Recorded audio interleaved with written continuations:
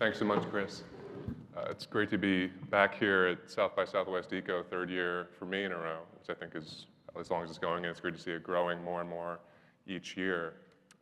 We have a great wake-up session today to talk about those very issues. You know, we have two great veterans of the environmental movement and two guys who know, I think, how to really get at the huge problems that we face. You know, I've been going to some of the panels and doing meetings here at South by, and a lot of the talk is about technology, sort of how do we come up with the new devices, the new methods, new systems. We'll fix some of these issues, but you know, at the end of the day, this is also a larger social, larger financial problem as well, and we're going to need, you know, a movement that can engage politically, a movement that can engage with the business community to really make that huge difference. So I'm going to first, here to my right, we have Terry Kellogg. He is the Chief Impact Officer of 1% for the Planet. He's been involved on the front lines of major environmental campaigns for more than 20 years. Before that, he built and ran the internal sustainability program for a Fortune 100 company. And he's really grown 1% for the Planet into a major network of environmental funders that have given more than $100 million over to green causes over the last 10 years. In fact, they're going to be celebrating their 10-year anniversary very shortly. And then to my left, we have Daniel Katz, is the Senior Program Director for the Overbrook Foundation. It's a New York City-based private family foundation. Before that, he was the co-founder, former president, and he is the current board chair of the Rainforest Alliance. He's the editor of two books, Tales from the Jungle, A Rainforest Reader, and Why Freedom Matters, The Spirit of the Declaration of Independence in Poetry, Prose, and Song. He is a member of the Council on Foreign Relations. There are many other things about him. He lives in New York City, and he still wants to play second base for the Cincinnati Reds. I'm sorry they didn't make it any further in the playoffs. Maybe they can tap you next year and then make a difference. That was the difference. Clearly. So we'll have Daniel talk first, and then we'll have Terry, and then we'll have a little conversation here and try to take some questions from the audience as well. Good morning.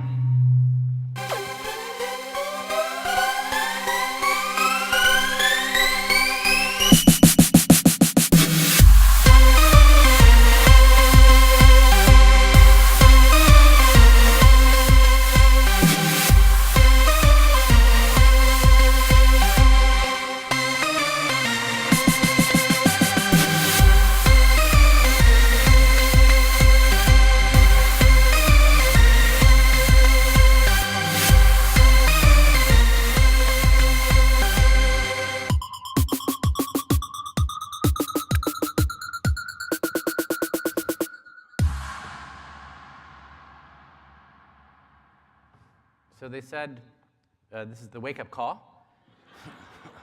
I took it literally. And that music was provided by and written by my 14-year-old son. All right, he's going to love that. So here's an interesting bit of information. Just about exactly 26 years ago to this day, I stood in front of a crowd about this size at Hunter College in New York City to introduce the first major international conference on rainforest conservation. I spent a year organizing the event. I remember I was wearing a bright red sweater, and I was so nervous I almost peed my pants. But my message to the audience that October day in 1987 was that we needed to save the rainforest. And I've been worrying about the planet for most of my life. For the past 30 years, I've been working directly on issues related to conservation, splitting my time equally between the nonprofit side and philanthropy. And now, some 3 decades later, I remain as passionate as ever about both the need and the possibility for creating a healthier, cleaner, and more sustainable planet. And here's the craziest part of all. Through the good work, the bad work, the victories, and the losses, I'm still optimistic about our future, and I'm a total pragmatist. So in 1986, I started the Rainforest Alliance. I co-founded it when I was 24 years old. We started out as an organization to help North Americans understand the value of tropical forests and how they were being lost due to rampant logging, cattle ranching, and unsustainable agriculture. But our work quickly became a boots-on-the-ground operation that created best practices and certified products that came from well-managed areas. Our plan was to conserve biodiversity and better the livelihoods of the people who lived in and around tropical ecosystems.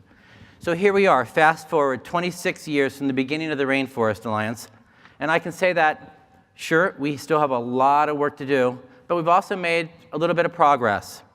The Rainforest Alliance is now working in over 100 countries, has protected nearly 200 million acres of land, certified nearly 1 million farms, and helped millions and millions of rural families. We work with thousands of companies on what was once considered a zero chance of succeeding style of conservation, collaboration. And we are now a worldwide recognized brand, and consumers in literally every corner of the earth can find our little green frog on an array of products that range from teas and chocolates, bananas, coffee, and a lot more. The seal ensuring that the product came from a well-managed area. But what I'm most proud of at the Rainforest Alliance is that we've created an honest-to-goodness network whereby millions of the smallest small farmers can authentically engage with some of the largest companies in the world, like Nespresso, Unilever, Mars, and others. And slowly but surely, we're making some tipping point changes on farming practices, corporate sustainability, and consumer behavior. One of my primary jobs now is to ensure we continue to do our work with integrity and to make certain our focus remains solidly on the people and the planet that we work to support. I'm still the board chair of the Rainforest Alliance, and I also work at a private philanthropic foundation that supports human rights and the environment. Our board is open-minded and daring, and that's incredibly important when you're trying to make change. One cool project that we initiated at the Overbrook Foundation was Catalogued Choice. It was created as a way to stop the wasteful production and mailing of some 20 billion catalogs annually, most of which, almost all of which, go directly from the mailbox to the recycling bin. We developed an online system to let consumers opt out of getting unwanted catalogs by working with direct marketing companies, and that is not an easy thing to do. The program has helped well over 1 million users opt out of tens of millions of catalogs. And the idea behind Catalogued Choice, and the reason I'm telling you this, is that we wanted to give individuals some of their power back. And as my pal Annie Leonard, the founder of The Story of Stuff, says, we're trying to build up citizen muscle.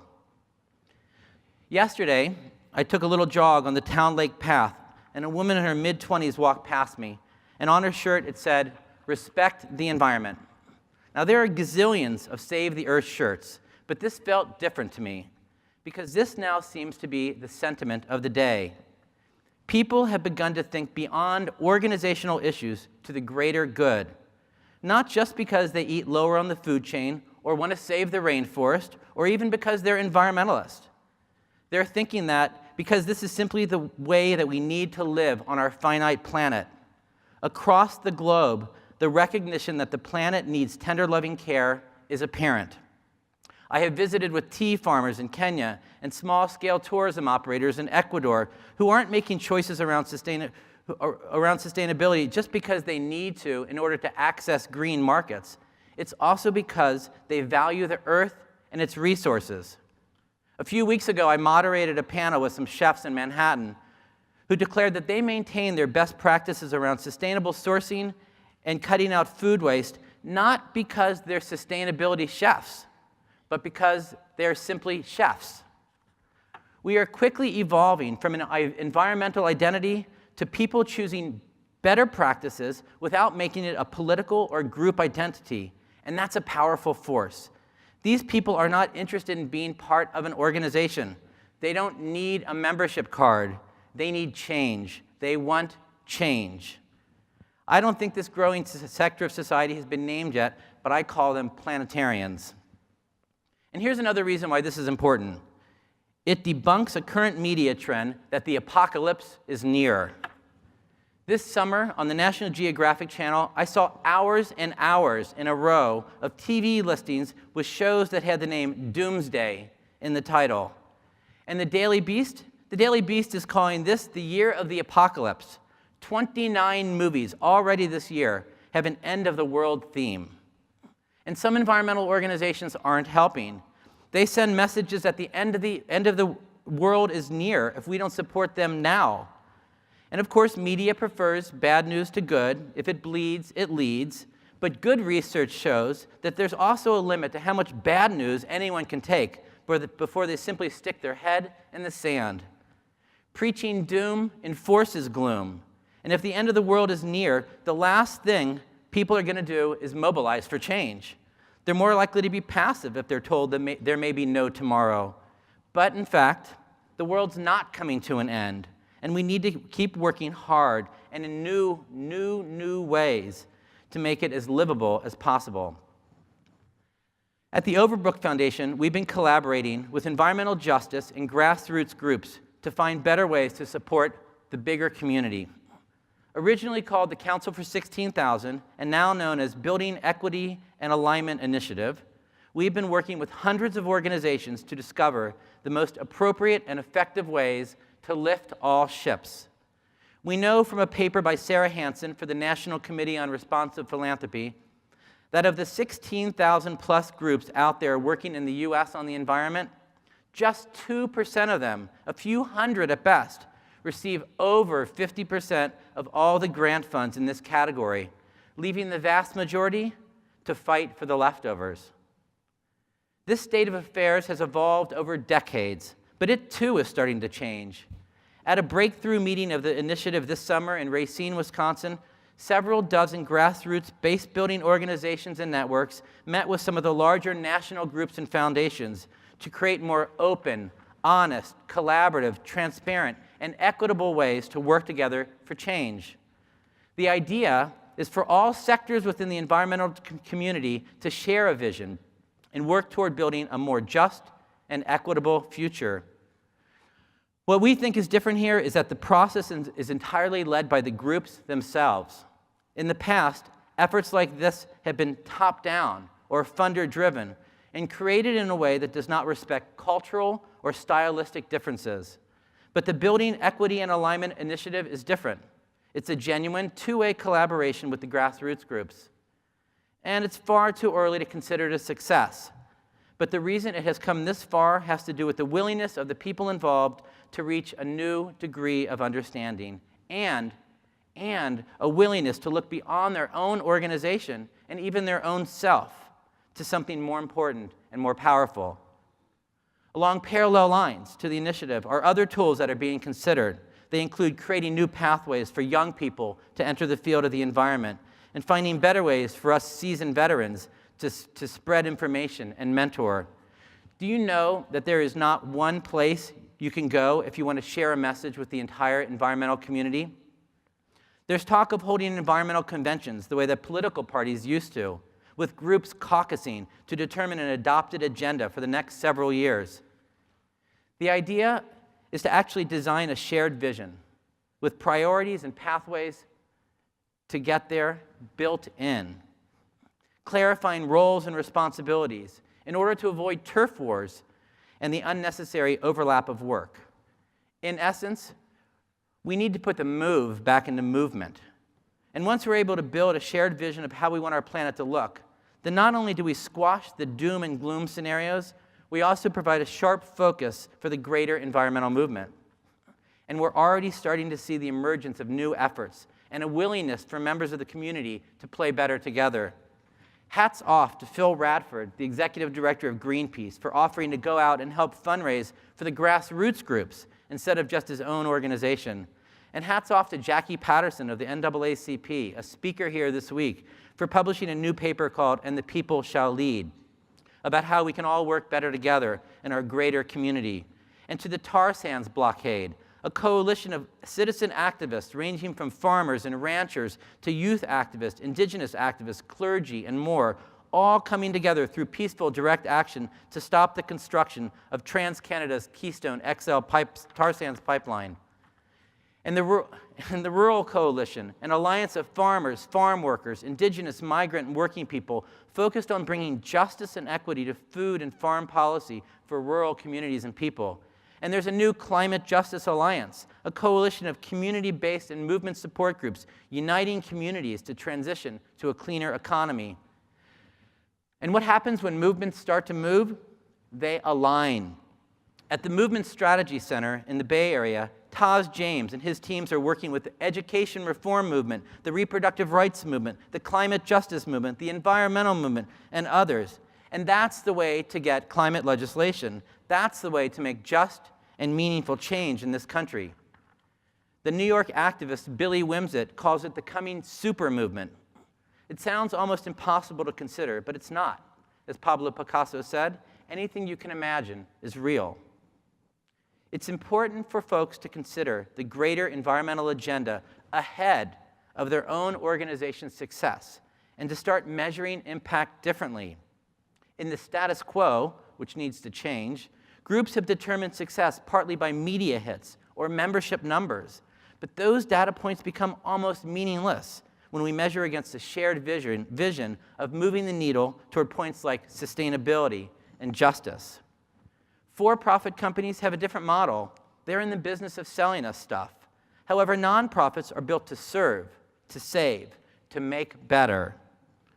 And there are a lot of things that nonprofits can learn from for-profits, but the bottom line is not one of them. And we obviously have a ways to go in order for all the groups, especially some of the larger nonprofit environmental organizations, to realize that the whole is always better than the sum of the parts, and that they, no matter how large, are just a part of the parts. And here are two ways to get them to change. First, there are only about 350 people on the boards of the top 20 largest environmental organizations. They need to realize that being a great board member means working toward the health of the movement, not just the health of the organization. The old school thinking about the role of a board member needs to be revised and updated. Second, and as a funder, I say this with all due respect, foundations should have more accountability. The top 20 funders to environmental organizations have a combined endowment of over $100 billion. Like Peter Buffett wrote recently in the New York Times editorial, The Charitable Industrial Complex, philanthropists need to think more creatively and to give power to the communities that they are trying to help. And meanwhile, the number of nonprofit organizations grew 25% in the last decade. And it's the fastest growing sector, outpacing both business and government. It employs 9.4 million people, which is about 1 out of every 15 American workers. US philanthropy gave away $316 billion last year. And the fact is, there hasn't been a major piece of environmental legislation passed since the 1980s. The Waxman-Markey climate bill failed despite the $500 million that was spent on it. So to wrap this up, at the beginning of my talk, I mentioned I'm a pragmatist, and I am. Of course, I realize that it's easy to look around and see trouble, not just on the horizon, but right here and right now. The science all bears it out. And around the world, people are hurting, and so is the planet. And yes, we are going to have some tough times ahead of us. Inclusiveness and solidarity and silo busting are the wave of the future, not via the professional or political identity of environmentalists, but by the emerging ethos of being a planetarian with a shared big picture vision of what we want to build cooperatively. And if we want a positive outcome, let's shed our fear and our egos and design a better future, a future we can co-create, and then roll up our sleeves and make it happen. Everything we need to do in order to do this, we have the technology, the skills, the desire. It's all out there already. It's just fragmented. Our work now is to put the pieces all together and build it. And that's your call to action for today. You here in this room at South by Southwest Eco, you're already the leaders and stewards and visionaries for your companies and your organizations. Let's pivot together and build something even stronger. Thank you.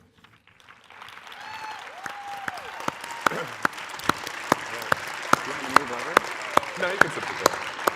Thanks, Daniel. Jerry? How you guys doing? Good morning. Can we change the lights so I can actually see you? I don't know if that's going to be possible. It just feels like you're out in the dark there. There you are.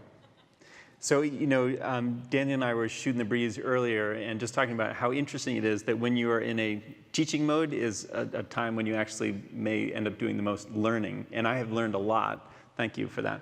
putting this talk together. And I'd say I'm still learning, and I'm excited to keep learning as I talk to you and as we have a dialogue later. So in the spirit of dialogue, I just wanted to ask, now that I can see you, how many of you have heard of 1% for the Planet? There you are. Before you saw it on the program, right? Okay, that's a pretty good show of hands, and I appreciate the inexpensive sample that you just gave me, and it's helpful because it's going to allow me to tailor my next remarks here. But I want to ask another question. Those of you who raised your hands that said you know about it, how many of you are like comfortable enough with it that you could actually describe it to your friends? That's pretty good. Do you know if this was my daughter's 4th grade class, everybody would have their hands up, whether or not they knew the answer, just for the opportunity to be heard? So I'm not actually going to ask you to give the answer, because I know that would be awkward for you, but it helps me know how much I should explain in the coming slides. So here's what I'm going to try to do. I've got a few slides to describe 1% for the Planet, what it's all about. And then I want to talk more about the challenges facing the movement broadly. And I want to talk a little bit about my experience working at Timberland, running their sustainability program, and the challenges we face doing that. But I don't want to stay entirely in the challenge space, even though that's what you expect of me since I'm part of the environmental movement. I want to get back into the solutions. I just think we need to have a really clear-eyed sense of the scope of the challenges if we're going to be precise about solutions that can actually make a difference. And then just end with how 1% is trying to embrace this set of solutions. So here we go. 1% for the Planet was started by these two gentlemen, Elon Chenard and Craig Matthews. Elon's the founder of Patagonia. Craig owns and runs a business called Blue Ribbon Flies in West Yellowstone, Montana. Both of them independently had been giving 1% of their top line revenues to environmental causes. It was helping both of their businesses. It was helping sustain the natural resource base that their businesses depended on. And so they decided to do something that would encourage more businesses to follow suit.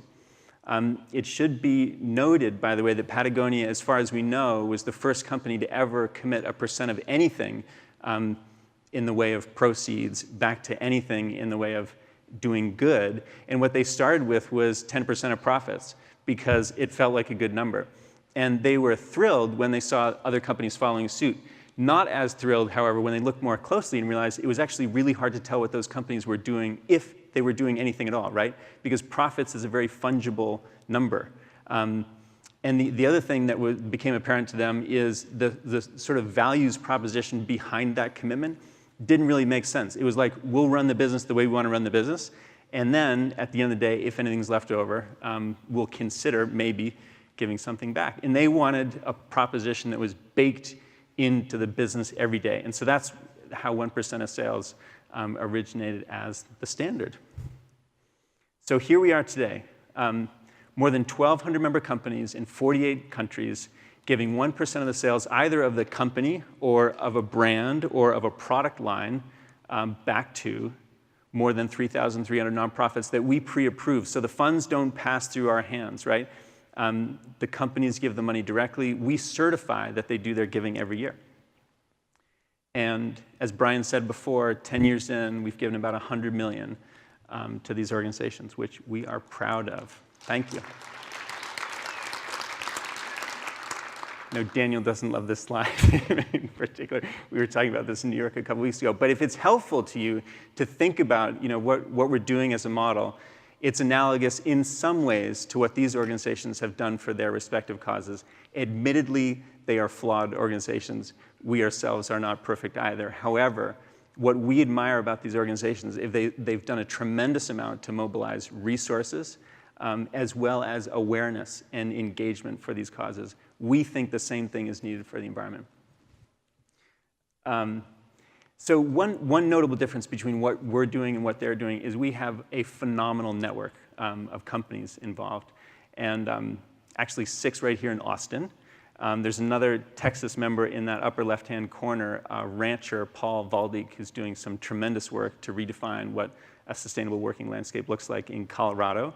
You can see some of the leaders in corporate sustainable business practices, globally there, New Belgium and Cliff Bar and Patagonia. You can see international member companies, tiny companies, big companies. We have Coke now on board as a member, which we're really, really excited about. And impact, another good conversation with Daniel a couple weeks ago, actually.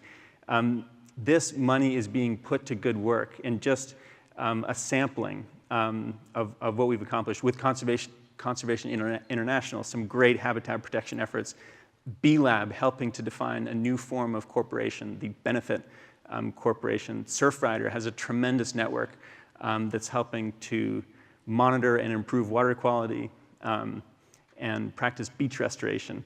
And Kukua Hawaii Foundation, amazing work around organic food and gardens around schools. The list goes on and on, incredibly diverse and impactful work. So just to transition here, we like to think of ourselves as a transparent, credible platform to engage consumers and nonprofits in making big positive change. So I hope that in this first section, you're feeling good, right? And you should. This is a success story, and there are not many success stories out there in this movement. And it's growing. We add almost a new business every day to our membership network, and it's great. So the other reason you should feel good right now is that you're not going to be feeling good on this next slide, or the next one, or the next one, or the next one. Because, again, I think we do need to be really cold and steely-eyed about the challenges if we're going to get crisp about the solutions. So bear with me. Why does this matter? Dan was talking about the total giving pie to charities in the US. Less than 1% of that goes to the environment. I find that statistic absolutely staggering. So, we spend a lot of time thinking about where should resources be allocated within the movement. I mean, how about just the question that the movement itself is just extraordinarily underfunded relative to other causes out there? How about the fact that this is a really stark representation of people's values right now, like what they care about, and the fact that environment in the last election ranked something like number 17 on their list of concerns. If you were to ask me what's the most important thing that this movement needs to change, it's that. It's awareness, it's engagement, it's support. That's an incredibly challenging picture to work with. So the honesty is just going to get a little more brutal here before it gets better. Other challenges. So we've been talking about this awareness. I would say, like, even in our movement, I mean, how many of us feel like we have a really solid grasp on the scope of the challenges that we're facing? They're tremendously complex. And if you're not up on those challenges, how can you possibly be up on solutions that are commensurate with the scope of the challenges? What about this notion of unlimited growth? It's the dominant paradigm, not just the dominant paradigm, it is the only paradigm really that underpins this economy, right? If your company is not growing, it's dying. And if you as an individual are not moving yourself forward, you're probably feeling like you're dying too. And that is such a deeply ingrained set of values and systems right there. And it is, in many ways, at the root of the problems that we're facing.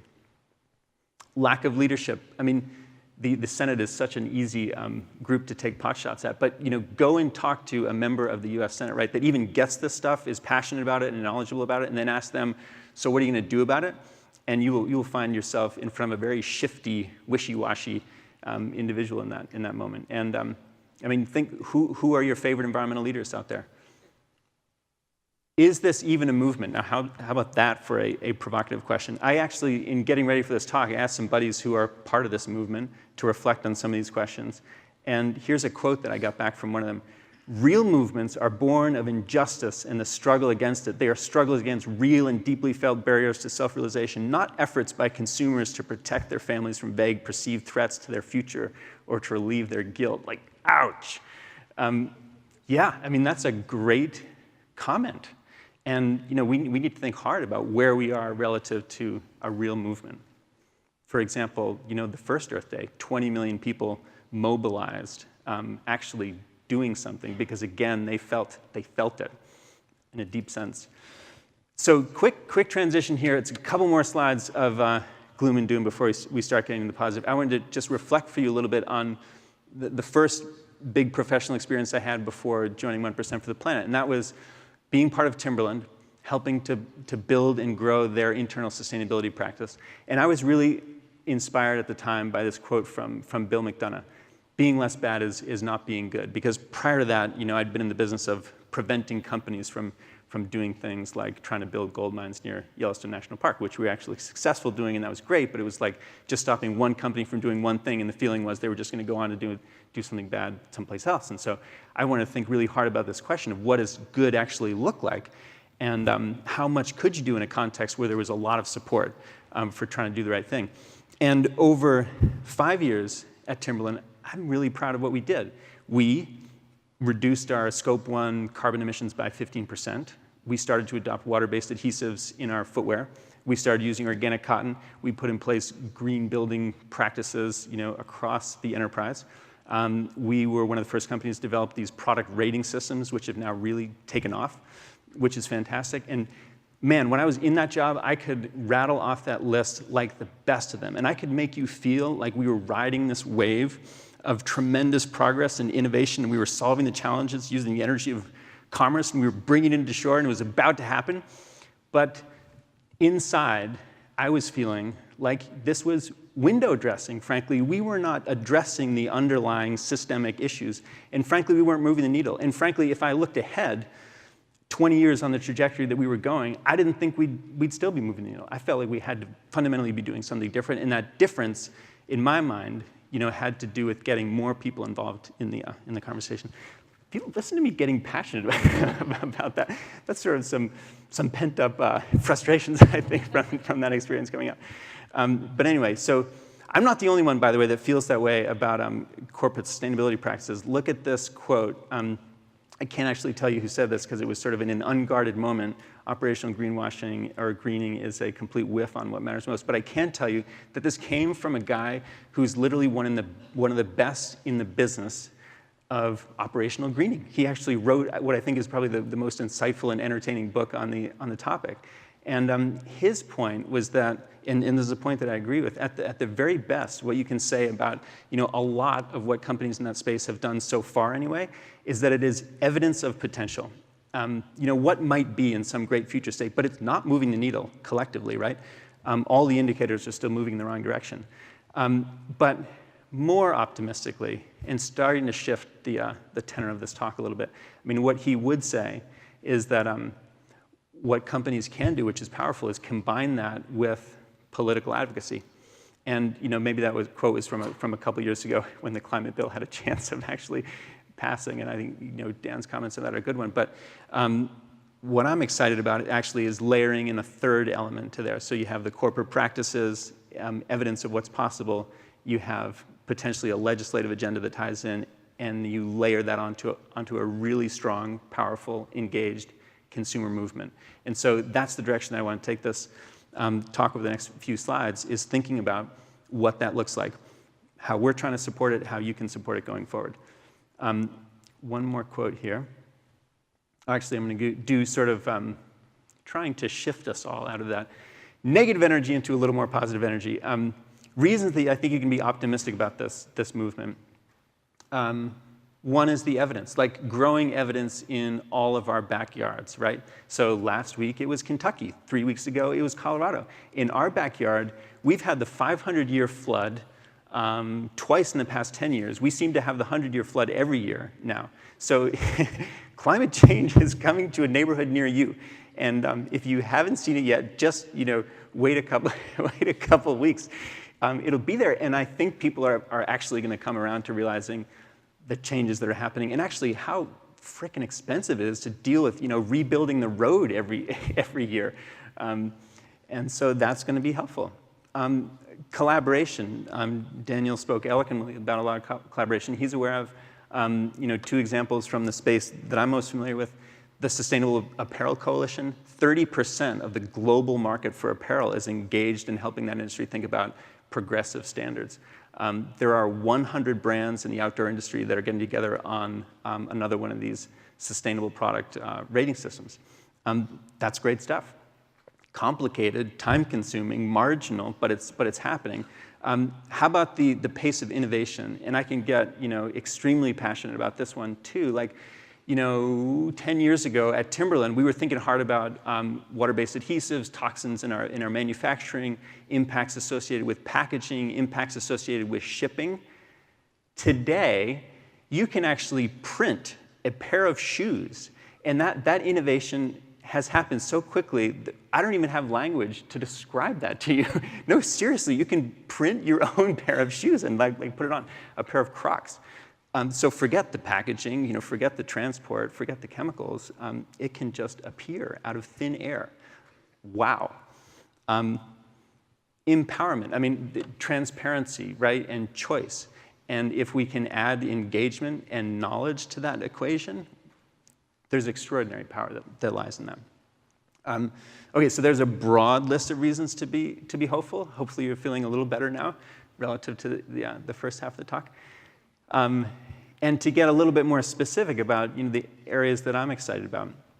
And Bryan, I note the time. I'll start picking things up here a little bit.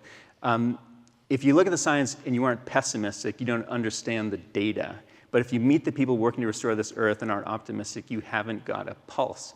I love that, classic Hawken 1-2 punch there. And I also love the point that he's making. And so meet some of those people involved in that movement.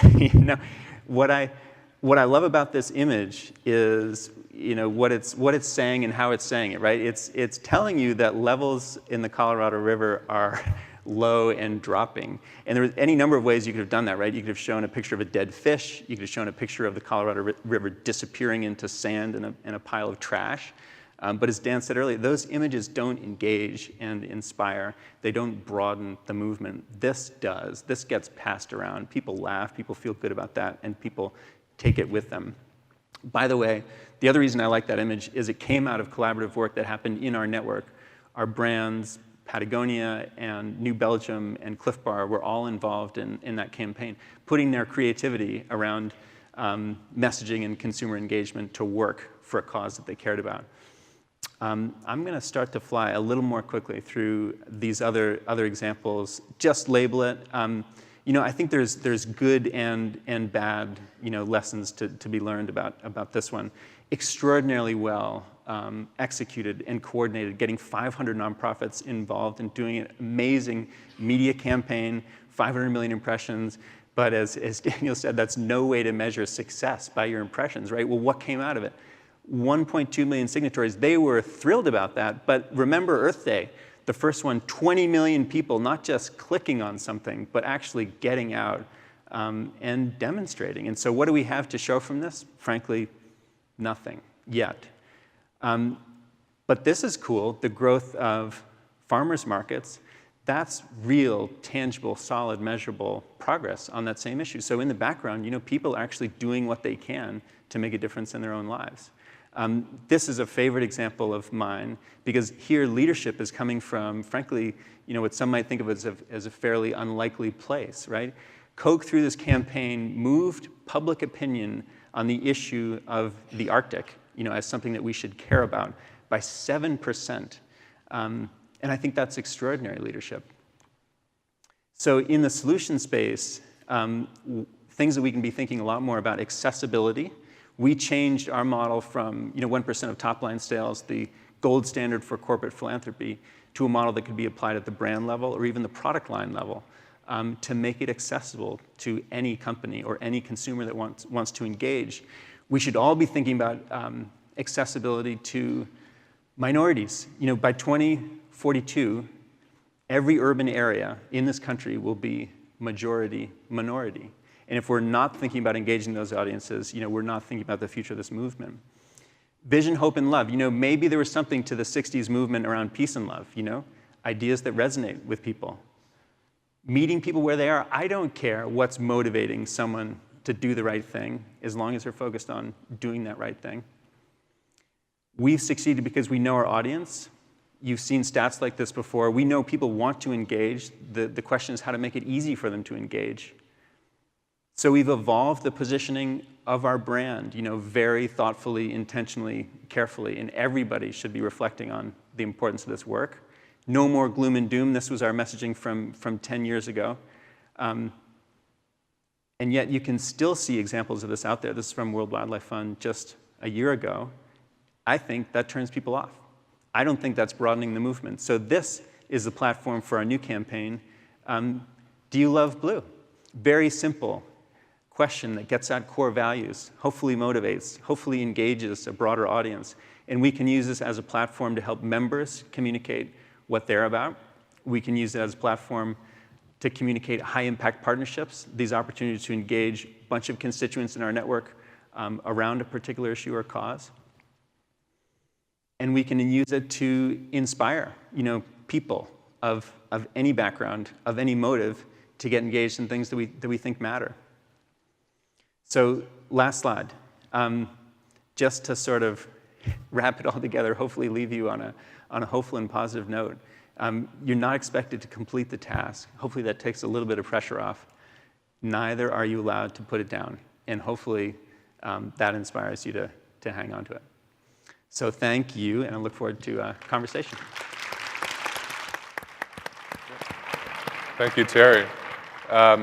So right off the bat for me, there were, one question that jumped out from numbers in both your presentations was, are there too many environmental groups? I mean, if we're talking about a movement that's challenged in terms of getting things done, in terms of success, when you look at that, less than 1% funding in terms of overall giving, when you look at the sheer number of groups, I mean, do we need some consolidation? Do we, are we too split in that way?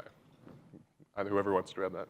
Well, I don't think there's too much work to go around, but there are too many organizations working at a non-collaborative ways. So the consequence is you get, so through some of Terry's slides, I was reminded that a lot of the reason that there aren't as many people involved in Earth Day now is because there are so many different kinds of messages that people are sending and organizations are sending around. And if we had that shared vision, and we could all move in the same direction, and I'm a believer in diversity, so diversity is good, but we have to have a sense of where we want to end up. If there was a big picture, and we could all say, okay, this is what we're striving for, and you take this slice, and you take this slice, and then we could go together. But as a consequence, right now, I think we're suffering because we are not going together. Yeah, I couldn't agree more. And I'm excited to be part of the conversation about how to potentially fix that. Terry, you mentioned toward the end of your presentation, privileging maybe the emotional versus the rational, that's a more successful way to get at people. And then also sort of getting at that, doom and gloom message not working, and those studies definitely bear that out, although those stories do very well for some reason on the web. I'm not quite sure why, but people do like to read about it. They don't like to be motivated by it.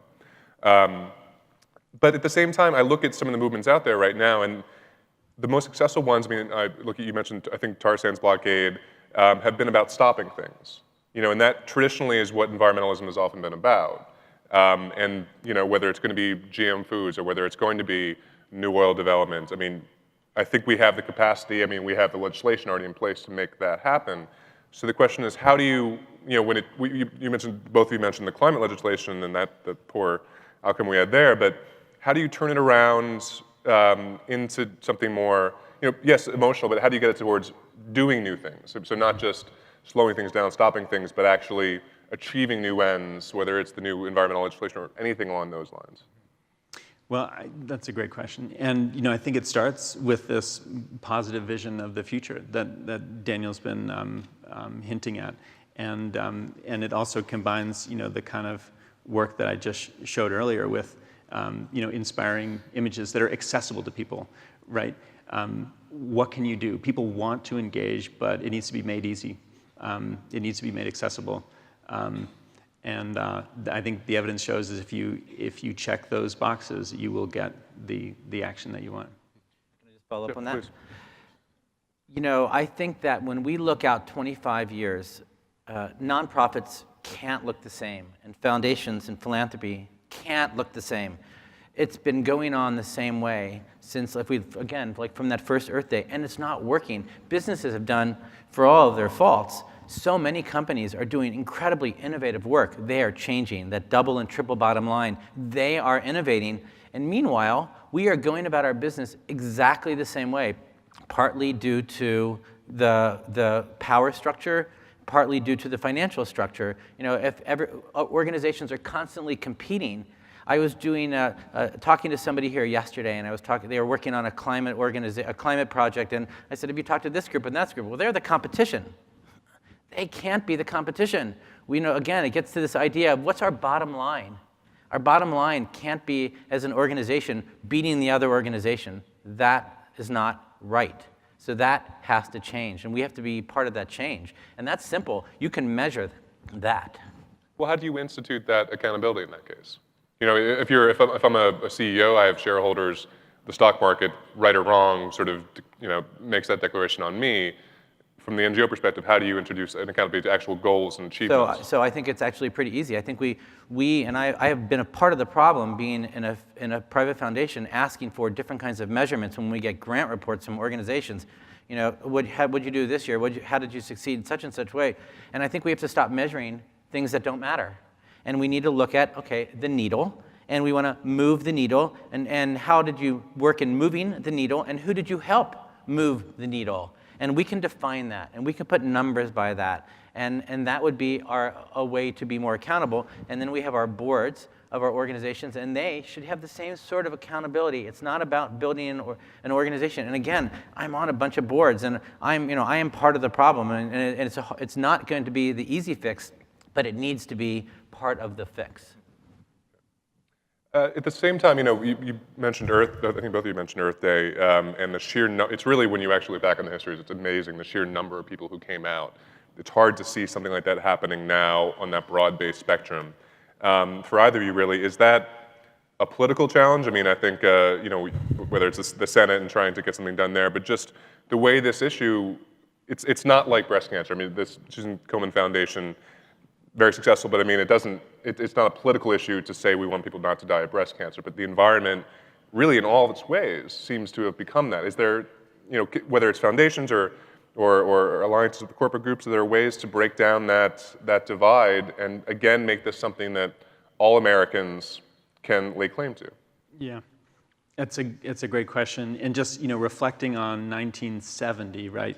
I mean, it almost feels like it was a different country. When you imagine that many people mobilizing around the set of issues. And, you know, I think the big difference, principally, was the degree of connection between what was happening and people's everyday lives. You know, toxic waste was showing up on school playgrounds. Rivers were catching fire. Medical waste was washing up on beaches. And it felt like a real threat to people's values in their everyday lives. They were pissed. And so they went for it. Now the challenges are much more complex, they're much more nuanced, and they're much harder to see and understand. And so that's a really important part of the challenge for us is to articulate better, to provide leadership, to provide potential solutions, to work with people where they are right now, you know, and show them the way forward. So I don't think that it's more nuanced, and I don't think the challenges are harder to see. I think it's right out there. It's in our face, but we're not really looking, and we're not talking to the right people. And if we want to climate change legislation, you know, Theda Skopal, I think I'm mispronouncing her name probably, a professor at Harvard, wrote a paper critiquing what happened around climate legislation. And what she said is that the reason we didn't win was that the big groups did not build in the grassroots groups, where the people live, where the people are, and where the people who are most impacted by these issues are. And that is where the people are. And if the organizations want to try and go it alone without building in people, we are never going to win. And if we want a movement takes people. And the problem is that those people working and are run by community leaders and grassroots organizations working on tiny budgets, and there's a disconnect. And we have to, I sound like a broken record, but we have to make the connection, and we have to trust what's going on there and build the people into the movement. And then we will have a movement. And I mean, you made another point when you asked the question about the politicization of the set of issues. And you know, I think Dan's absolutely right in bringing it down to where the people are, engaging them, bringing them out. That absolutely would have engaged more in the political sector, who had a too easy time just brushing it off. And you know, we've got to get through that challenge of the fact that climate change right now is a loaded phrase for too many. And what, you know, interesting lesson from that Just Label It campaign is it was all about transparency. And that's what they found moved enough people to make a difference. As soon as they started talking about genetically modified organisms, as soon as they started talking about the threats and risks associated with that, the audience numbers dropped off precipitously. And that's the point about keeping accessible to a broader audience, no matter their motives for getting involved. When it comes to getting that diversity of voices, making sure they're heard, is that the responsibility of the funders? I mean, these are ultimately, that's where the money is coming from. Do you need to make sure there are a broader array of groups? And I realize on one hand, I might say there's too many groups, on the other hand, we need to get other groups in there, but I mean, is that part of it? I mean, do you being a funder, need to take some responsibility for that to ensure that it's not just a few groups taking the lion's share of that money and then having one vision, and if that vision goes wrong, we don't necessarily have a backup? Yes. I think the funders have a greater responsibility. And a lot of the foundations that have humongous endowments and are giving out grants in the millions, and they can't figure out how to give out grants in the tens of thousands or hundreds of thousands, that's a complexity they have to work out. But it's surmountable. This is not an insurmountable opportunity. This is easy to fix, but we have to. I think that one of the problems is that, I think funders are a little bit like academics in the ivory tower. Our lives are too easy. Okay. It's true. Yeah. Mm-hmm.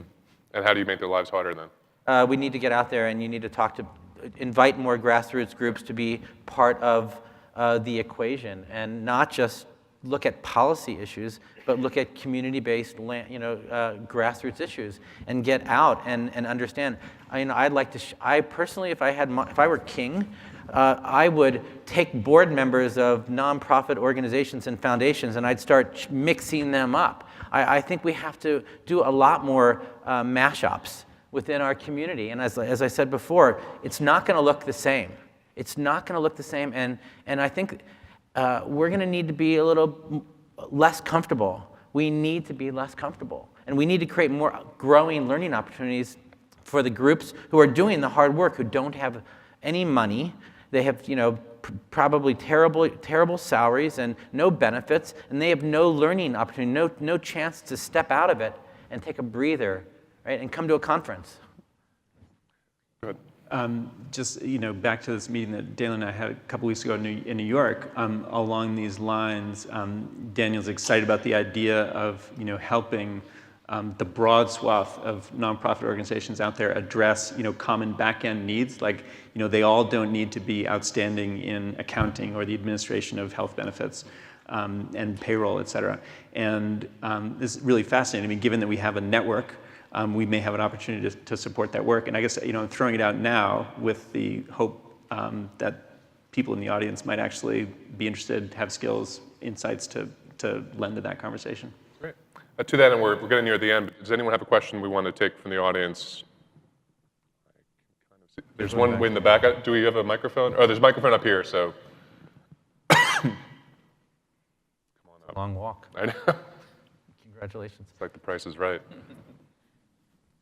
I made it. Michael Green, Center for Environmental Health. When we are going to foundations and ask them for funding, and we are pitching that we are very effective in working in collaboration and coalitions, it's not effective. And when we send foundation proposals that say, we did it on our own, here's what we did, it's effective. So I agree with everything you said, and it's broke. So so you define the problem, great. What's the solution to that? Okay, just real quick, I see there are two other people at the microphone. We just had the time for the two others, just so no one else lines up. But go ahead. Well, what we're doing at our foundation is we are trying to completely revamp our grant making.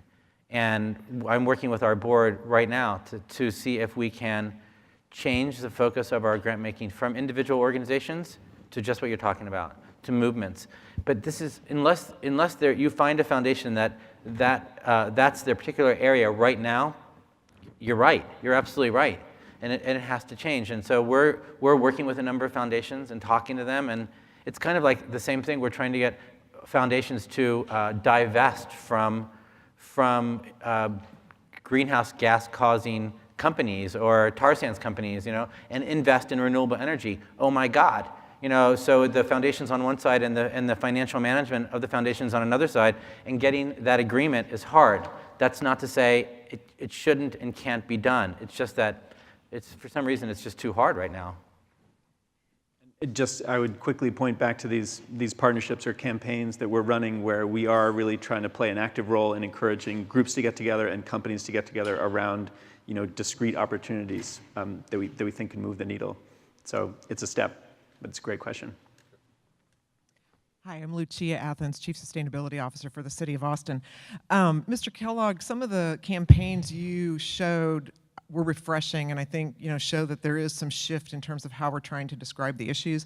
But ultimately, I feel like this session kind of left me a little bit bereft on a real solution, and it made me go back to a really old article now by Mike Schellenberger and Ted Nordhaus called The Death of Environmentalism. And I feel like as long as we keep defining everything as an environmental movement, it's a political non-starter. So I guess I'm curious as to whether or not, if you're going to bring these coalitions together in this powerful way, I think that's exciting. How much of the resources that you pull together could be used to do some of the things that the conservative coalitions are doing around really rebranding and reframing the entire conversation so that we can actually get people to hear it?